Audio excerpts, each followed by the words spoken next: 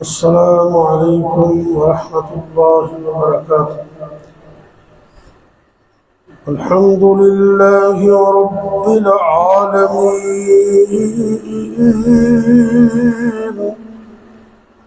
والعاقبة للمتقين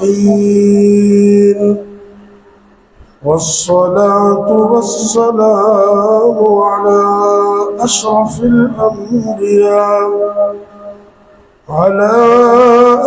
الأنبياء والمرسلين وعلى آله وأصحابه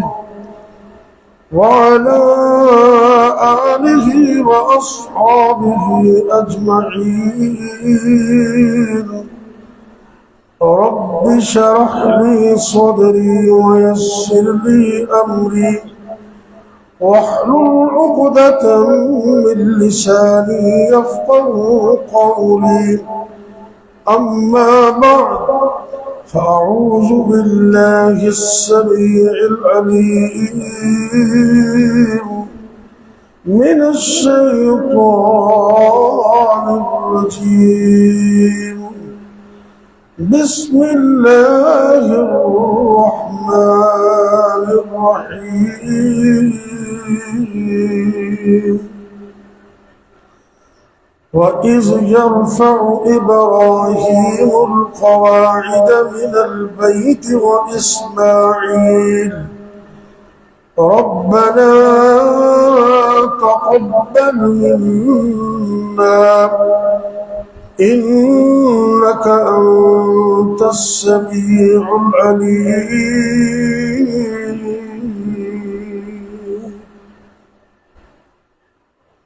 سورہ البقرہ آیت نمبر 127. اللہ رب العزت نے اپنے عظیم الشان پیغمبر حضرت خلیل اللہ علیہ السلام اور ان کے عظیم فرزند جناب اسماعیل ذبیح اللہ علیہ السلام ان کا ذکر خیر ایک بہت بڑے کارنامے کے بعد یہاں فرمایا. اللہ کے اس گھر کو تعمیر کیا جس جیسا دنیا میں کوئی گھر نہیں ہے. دنیا کائنات ہے، مشرق سے لے کر مغرب تک اور شمال سے لے کر جنوب تک کوئی ایسا گھر نہیں ہے جس کو بیت اللہ کہتے ہیں، جہاں ایک نماز پڑھنے سے اللہ مومن کو 1,00,000 نماز کا ثواب عطا کرتے ہیں. اللہ ہمیں وہاں کی نمازیں نصیب کرے. وہ بڑا عظیم گھر ہے. اللہ فرماتے ہیں ان اول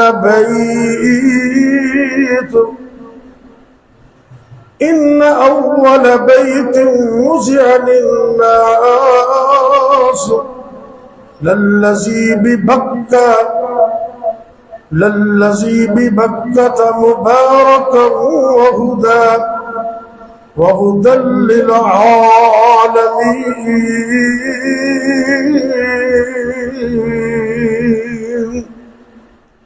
کیسا عظیم گھر ہے. اللہ کہہ رہے ان اول بیت، سب سے پہلا گھر جو بکہ میں بنایا گیا.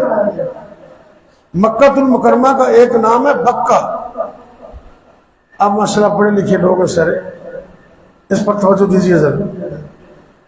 بکہ اس کا معنی ہے کسی چیز کو پھاڑ کر رکھ دینا.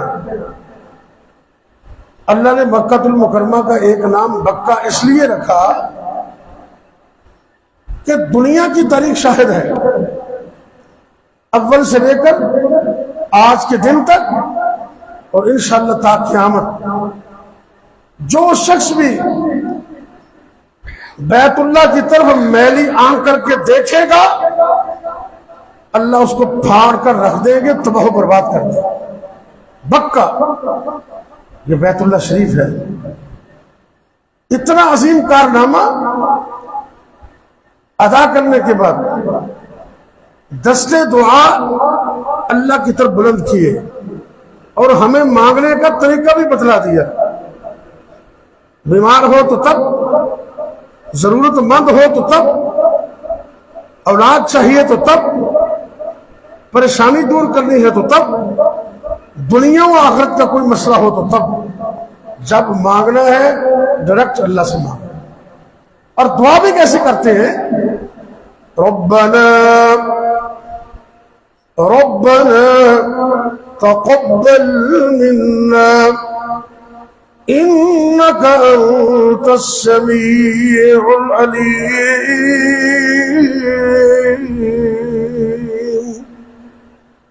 اے اللہ اس گھر کو بنا ہم نے دیا ہے، فخر نہیں، کوئی غرور نہیں، ہماری طرف سے کچھ نہیں ہے، یہ سب تیرے فضل سے ہوا ہے، تو اس کو قبول کر لے. اتنا عظیم گھر بنا کر اللہ سے قبولیت کی دعا کر رہے ہیں. سیرت النبی کا سب سے پہلا پیغام کہ جو کام کرنا ہے اللہ کی رضا کے لیے، چھوٹا ہو یا بڑا ہو.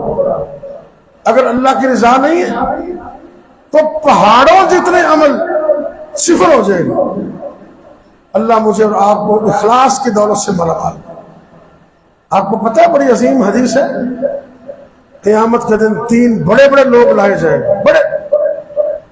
بہت بڑا سخی ہوگا اور پائے کا مجاہد ہوگا اور بہت بڑا حافظ، عالم اور قاری ہوگا.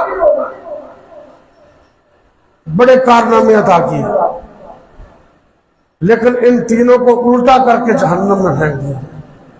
کیوں؟ اللہ کی رضا نہیں تھی. اللہ پوچھیں گے ہاں جی مجاہد صاحب کیا کرتے رہے؟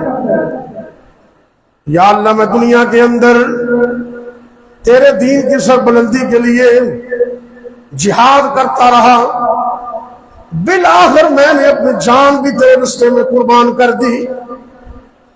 اللہ پوچھے گا کس لیے؟ حدیث میں لفظ ہے کس لیے؟ تو کہے گا اللہ تیرے لیے. اور یہ بھی حدیث کے لفظ ہے، اللہ فرمائیں گے کذبتا، تو جھوٹ بول رہا ہے، تو غلط بیانی سے کام لے رہا ہے. تو نے تو اس لیے جہاد کیا تھا کہ میرا نام پیدا ہو جائے، لوگ کہیں کہ بڑا مجاہد تھا، یہ بڑا غازی ہے، یہ بڑا بہادر ہے. وہ تجھے دنیا میں لوگوں نے کہہ دیا، آج میرے پاس تیرے لیے سوائے جہنم کی اور کچھ نہیں ہے. ساری دنیا کے سامنے الٹا کر کے جہنم میں پھینک. اللہ ہمیں معاف کرے، اللہ ہمیں اخلاص کی دولت سے مالا مال کرے. جو کام کرے اللہ کی رضا کے لیے. اور جب اللہ کی رضا ہوتی ہے نا پھر لوگوں کو بتانے کی بھی ضرورت نہیں ہوتی، اللہ اشتہار خود ہی لگا دیتے. یہ دیکھیں ہزاروں سال پہلے کی بات ہے نا، اللہ کے پیغمبر جناب ابراہیم خلیل اللہ علیہ السلام اور ان کے عظیم فرزند جناب اسماعیل علیہ السلام، باپ بھی نبی بیٹا بھی نبی، باپ بھی مواحد بیٹا بھی مواحد، یہ دونوں مل کر اللہ کے اس عظیم گھر کو تعمیر کر رہے ہیں. اتنا اخلاص، اللہ نے اس منظر کو قرآن کا حصہ بنا دیا، قرآن کا حصہ بنا دیا. وَإِذْ يَرْفَعُ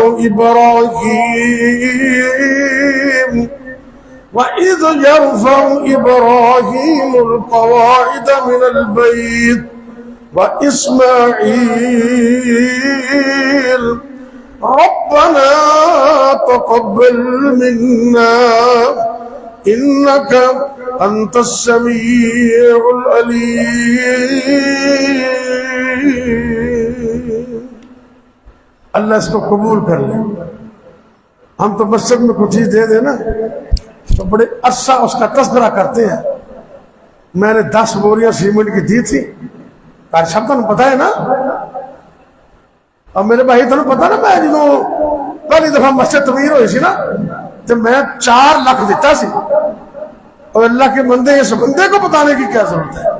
تیرا معاملہ ہے اللہ کے ساتھ. اور اگر اللہ کے ساتھ معاملہ صحیح ہے تو پھر سطحی خیرہ نہیں. تو جب رب نال معاملہ خراب ہو گیا نا، ساری دنیا بھی خرچ کر دے تو رزلٹ صفر. بس اللہ سے دعا کریں اللہ میں اخلاص کی دولت سے بنا. ایک سخی آئے گا، اللہ پوچھے کہ ہاں بھی میں نے تجھے مال دیا، کیا کرتا رہا؟ یا اللہ میں نے تیرے رستے میں مال خرچ کیا، مساجد، مدارس، مسکین، یتیم، خدمت خلق، میں نے تو اپنا مال خرچ کر دیا. اللہ پوچھے گا کس لیے؟ کہے گا اللہ تیرے لیے. اللہ پھر فرمائے کہ کذبتا، یہ حدیث کے لفظ صحیح حدیث، کذبتا، تو جھوٹ بول رہا ہے، تو نے مال اس لیے خرچ کیا تھا کہ لوگ مجھے حاتم تائی کہیں اور کہ کتنا صحیح ہے. وہ تجھے لوگوں نے کہہ دیا، بلے بلے کر دی. آج تیرے لیے بھی میرے پاس سوائے جہنم کی اور کچھ نہیں، اس کو بھی الٹا کر کے جہنم میں پھینک دیا جائے گا. اور تیسرا، عالم، حافظ، قاری، بڑا دبنگ خطاب کرنے والا، قرآن پڑھتا ہے، لوگ ٹھہر جاتے ہیں، بڑی خوبصورت آواز ہے، ساری زندگی تبلیغ کرتا رہا. اللہ پوچھیں گے ہاں بھائی تجھے علم کی دولت دی، قرآن کی دولت دی، تو کیا کیا؟ کہے گا اللہ میں نے دن رات قرآن پڑھا، تبلیغ کی، میں نے دروس دیے، میں نے جمعے پڑھائے. اللہ اللہ پوچھیں گے کس لیے؟ کہے گا اللہ تیری رضا کے لیے. اللہ پھر فرمائیں گے کذبتا، وہ میرے دربار میں میرے سامنے تو جھوٹ نہ بول، میں تو وہ اللہ ہوں جو دل کے رازوں کو بھی جانتا ہوں. کائنات کا رب پوری دنیا کے سامنے اسے ذلیل کر دے گا. اللہ فرمائیں گے کذبتا، تو جھوٹ بول رہا ہے، تو نے تو تبلیغ اس لیے کی، جمعہ دروس اس لیے پڑھائے، قرآن کی آواز اس لیے پیدا کی، سونی پیدا کی، تاکہ لوگ مجھے بڑا قاری کہیں، مجھے کہیں بڑا خطیب تھا. اور دنیا میں تجھے لوگوں نے کہہ دیا، آج تیرے لیے بھی میرے پاس سوائے جہنم کے اور کچھ نہیں. میرے بھائیوں، آج عزم کریں ابھی سے، چھوٹے سے چھوٹا کام بھی کرنا تو اللہ کی رضا کرے. اللہ کے پاس کوئی کمی نہیں ہے. چھوٹی سی چھوٹی نیکی کو ہلکا نہ جانیے، اللہ کو بخشش کے لیے بہانا چاہیے. اخلاص ہو نا، اتنی سی نیکی بھی ہو تو اللہ پہاڑوں جتنی بنا دیتا ہے. اور اگر اخلاص نہ ہو تو پہاڑوں کے برابر نیکیاں صفر ہو جاتی ہیں. یہ سیرت النبی کا پہلا پیغام. اللہ کے پیغمبر ابراہیم علیہ الصلوۃ والسلام بیت اللہ بنایا تو سب سے پہلی دعا کی اللہ اسے قبول کر لے. تو ہمیں بھی جب نیکی کا موقع ملے تو یہ لفظ ذہن میں کر لے، یہ پڑھ لے، ربنا، یاد کر لے، ربنا تقبل منا انک انت السمیع العلیم. اللہ نے کی، میں نے کی ہے تیری توفیق سے. اللہ کی توفیق کے بغیر نیکی نہیں ہو سکتی. یہ اللہ کا شکر ہے ہم نے فجر کی نماز باجماعت پڑھی. کتنے ہزاروں لوگ ایسے ہیں جو ابھی سوئے ہوئے ہیں، بڑے لوگ سوئے ہوئے ہیں. یہ اللہ کا فضل ہے کہ ہم مسجد میں آئے. اللہ کا فضل ہے کہ اس نے ہمیں توفیق دی. یہ اس کی مہربانی ہے کہ اس نے ٹانگوں میں چلنے کی طاقت دی.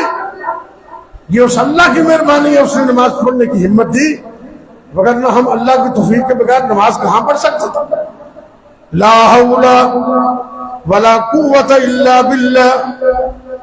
اس کا حقیقی مطلب یہ ہے، اللہ کوئی نیکی میں نہیں کر سکتا مگر تیری توفیق سے، اور کسی گناہ سے نہیں بچ سکتا مگر تیری توفیق سے. تو آج کے درس کا یہی خلاصہ ہے کہ جو کام کرنا ہے، انما الاعمال بالنیات، اپنی نیتوں کو درست کر لیں، لوگوں کی باتوں کی پرواہ نہ کریں. لوگ جو کہتے ہیں کہتے رہے، تمہارا اور میرا معاملہ اللہ کے ساتھ ٹھیک ہونا چاہیے. جب اللہ کے ساتھ معاملہ درست ہوگا اور خالص اللہ کی رضا کے لیے ہم کریں گے نا، تو تھوڑے عمل میں بھی اللہ برکت کرے. اور یہ جو لا حول ہے نا، اس کو اپنے وظیفے میں شامل کر لیں۔ حدیث میں آتا کہ جو اس کو 100 مرتبہ پڑھتا ہے لا حول ولا قوت الا باللہ، اس سے ایک کم 100 مسائل بندے کے حل ہو جاتے ہیں، ایک کم 100۔ اور وہ تشریح نے لکھا بھی جو 99 کام تو ہو گئے، جو 100واں کام ہے وہ ہے موت۔ اگر موت سے اللہ نے بچانا ہوتا تو پھر موت سے بھی بچ جاتے، 100 کے 100 ہی ہو جاتے۔ موت تو پر حق ہے، وہ تو آنی ہے۔ اس کے علاوہ لا حول ولا قوت الا باللہ کی برکت سے 99 مسائل اللہ بندے کے حل کرتا ہے۔ 99، یعنی کہ ایک سمجھو کہ ہر مسئلے کا یہ حل ہے۔ لا حول ولا قوت الا باللہ، کم از کم اپنے وظائف کے اندر اس کو پلس کریں اور 100 مرتبہ روز، صبح بھی پڑھیں اور شام کو بھی پڑھیں، انشاءاللہ سارے مسئلے پہ حل ہو جائیں گے۔ لیکن اخلاص ضروری ہے۔ اللہ مجھے اور آپ کو اخلاص کی دولت سے مالا مال کر دے۔ آخر دعوانا ان الحمدللہ رب العالمین۔ حاجی ثناء اللہ ثاقب صاحب بہت بیمار ہے، پہلے سے بہتر ہے، اور ہسپتال سے وہ قریب اپنی بیٹی کے گھر آ گئے۔ ان کے لیے اور دیگر بیماروں کے لیے دعا کرے، اللہ مکمل تندرستی عطا کرے۔ جتنے بیمار اللہ سب کو شفا دے۔ یا ربی لک الحمد کما ینبغی لجلال وجہک ولعظیم سلطانک، اللہم صلی وسلم علی نبینا محمد صلی اللہ علیہ وسلم۔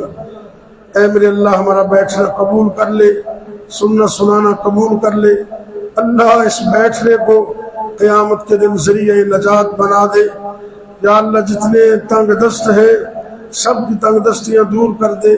اللہ جو مشکلات میں پھنسے ہیں اللہ ان کی مشکلیں آسان کر دے۔ اے میرے اللہ جتنے بیمار ہیں سب کو تندرستی عطا کر دے۔ ہمارے جماعت کے ناظم شہر کے حاجی ثناء اللہ ثاقب اور دیگر جتنے مرد و عورتیں مسلمان بیمار ہیں اللہ سب کو شفا کاملہ عاجلہ نصیب کر دے۔ اللہ تو اس بات پر قادر ہے، سر کے بالوں سے لے کر پاؤں کے ناخن تک ہمارے جسموں سے ایک ایک وائرس، ایک ایک بیماری کو نکال دے اور ہمیں تا حیات تندرستی عطا کر دے۔ اللہ فار ایور صحت عطا کر دے، جب تک زندہ رکھنا اللہ صحت و عافیت کے ساتھ ایمان کے ساتھ زندہ رکھنا۔ جب موت آئے تو کلمہ نصیب کرنا۔ اللہ اپنی رحمت سے ہمیں معاف کر دے۔ یا اللہ تو ہمیں معاف کر دے۔ اللہ ہمارے حال پہ رحم فرما دے، دنیا و آخرت کی کامیابی عطا کر دے۔ ہمارے والدین پہ رحم فرما۔ یا اللہ جن جن کے والدین فوت ہو گئے سب کے والدین کو معاف کر کے جنت میں اعلیٰ مقام دے دے۔ اللہ جن کے والدین زندہ ہیں ان بچوں کو اس نعمت کی قدر کرنے کی توفیق دے دے۔ اللہ دنیا و آخرت بنا دے، کامیابی عطا کر دے، مشکلیں آسان کر دے، تنگ دستیاں دور کر دے، رزق حلال عطا کر دے، حرام سے بچنے کی توفیق دے دے۔ وصلی اللہ تعالی ربنا تقبل منا انک انت السمیع العلیم وتب علینا انک انت التواب الرحیم۔ وصلی اللہ تعالی علی خیر خلقہ محمد وعلی آلہ واصحابہ اجمعین برحمتک یا ارحم الراحمین۔